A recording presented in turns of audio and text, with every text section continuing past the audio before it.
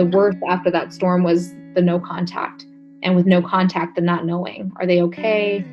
You know, what are they going through right here, right now? Like we had no idea of knowing. And it was just crazy, some of the things that I saw. So it's, I mean, a story high of just debris.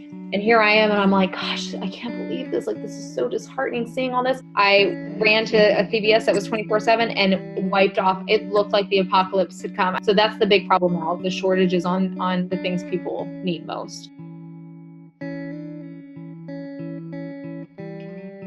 Moment it gets dark now, which is early, it's getting dark like at 5, you know, when I would talk to my mom, she's like, I feel like all you want to do is go to sleep because you can't see anybody, you can't read a book, you don't want to be on your phone because you'll zap your battery. And you know, so having, you know, light would be really incredible, but then you're like going through batteries 24/7 too, so they could use the batteries too. We all slept in mosquito nets. We had mosquito nets covering all the beds. That's another thing that they could use is mosquito nets as well, because of all the stagnant water. So most people do have their hands on generators, and even if they can't, like the one that's at my abuela's house, so she's elderly.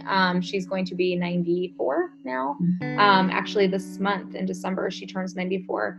And but she requires like some respiratory treatments, and every once in a while requires some like supplemental oxygen and things like that. So we were desperate to find her some kind of generator. And I have a couple uncles who are electricians, and they actually rigged up a generator for her, but it doesn't have the capability to run 24/7. So we really literally run it from about 10 o'clock at night, and it goes out every single night around 2 in the morning. And when you come back home and you're like I told my husband, like the fact that I can turn on a light switch and the light comes on, like what a gift. I mean, we take so much for granted.